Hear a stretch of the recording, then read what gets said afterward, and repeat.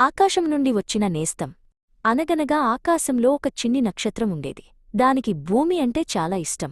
పైనుండి చూస్తుంటే వెన్నెలలో మెరిసే తామర పువ్వులు, కొండల మధ్య వెలిగే పల్లెటూరి దీపాలు దానికి ఎంతో అందంగా కనిపించేవి. ఒకరోజు ఆ నక్షత్రం మెల్లగా భూమికి దిగివచ్చింది. ఆ నక్షత్రం ఒక అడవిలోకి చేరుకుంది. అక్కడ రవి అనే యువకుడు ఒక చెట్టు కింద కూర్చుని ఏడుస్తున్నాడు. అతను చాలా పేదవాడు. అయ్యో, నా పరిస్థితి ఏంటి? మా అమ్మకు ఆరోగ్యం బాగోలేదు, ఇంట్లో పనులు చేసేవారు లేరు, డబ్బులు కూడా లేవు అని అతను బాధపడుతున్నాడు. అప్పుడు ఆ నక్షత్రం ఒక అందమైన అమ్మాయిగా మారింది. ఆమె పేరు వెన్నెల. వెన్నెల రవి దగ్గరకు వెళ్ళి, ఎందుకు ఏడుస్తున్నావు అని అడిగింది. రవి తన కష్టాలన్నీ చెప్పాడు. వెన్నెలకి అతనిపై జాలి కలిగింది. నేను నీకు సహాయం చేస్తాను, కాని ఒక షరతు అంది వెన్నెల. నువ్వు నన్ను ఏ ప్రశ్నలూ అడగకూడదు. నేను రాత్రివేళల్లో మాత్రమే నీకు అందుబాటులో ఉంటాను.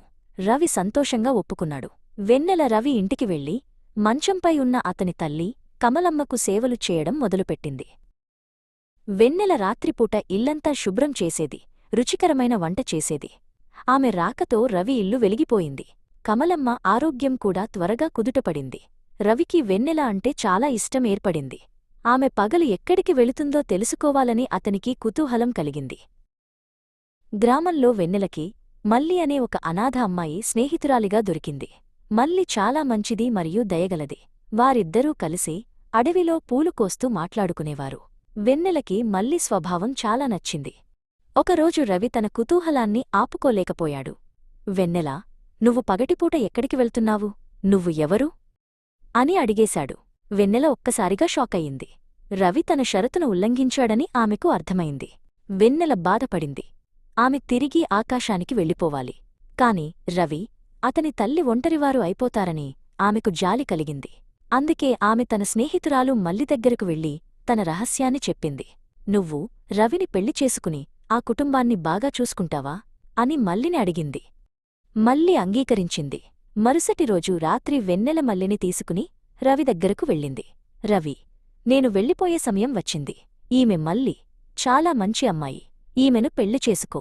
మీ అమ్మను ఈమె కంటికి రెప్పలా చూసుకుంటుంది అని చెప్పింది. వెన్నెల మెల్లగా మాయమై ఆకాశంలోకి ఒక నక్షత్రంలా ఎగిరిపోయింది. రవి మరియు మల్లి ఆకాశం వైపు చూస్తూ నిలబడ్డారు. రవికి వెన్నెల చేసిన సహాయం గుర్తొచ్చి కళ్లల్లో నీళ్లు తిరిగాయి.